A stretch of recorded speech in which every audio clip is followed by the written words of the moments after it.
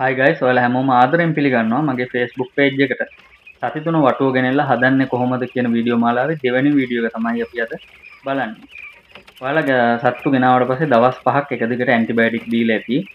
එහෙම දෙන්න කියලා තමයි මම පළවෙනි වීඩියෝ එකේ ඔයාලව දැනුවත් කරේ. මේ වීඩියෝ එකේ අපි කතා කරන්නේ ඊට පස්සේ මොනවද කරන්න කියලා. ඊට පස්සේ අපි දැන් දවස් 5ක් එයාලට ඇන්ටිබයොටික් ලබා දීලා තියෙනවා. ඒක නිසා අපි දැන් කරන්න ඕනේ පිරිසිදු වතුර අඩුම දවස් දෙකක්වත් එයාලට ලබා දෙන්න ඕනේ. ඒ කියන්නේ එක පිට අපි බෙහෙත් වර්ග විටමින් වර්ග එක දිගටම දෙන්නේ නැහැ. ඒක නිසා දවස් දෙකක් අනිවාර්යෙන් පිරිසිදු වතුර මෙයාලට ලබා දෙන්න ඕනේ. පිරිසිදු වතුර කියපුවම භාජනය අනිවාර්යෙන් හොඳට හොදන්න ඕනේ. ඊට අමතරව උදේ දාන වතුර එක හවස වෙද්දි මාරු කරන්න ඕනේ. හවස ආය අලුතෙන් වතුර එකක් මෙයාලට දාන්න ඕනේ. ඉතින් මේක උණු කර නිවාගත්ත වතුර දෙන්න පුළුවන් නම් ගොඩක් හොඳයි. ඉතින් මේ වගේ දේවල් මහා පරිමාණයෙන් කරද්දි කරන්න අමාරුයි.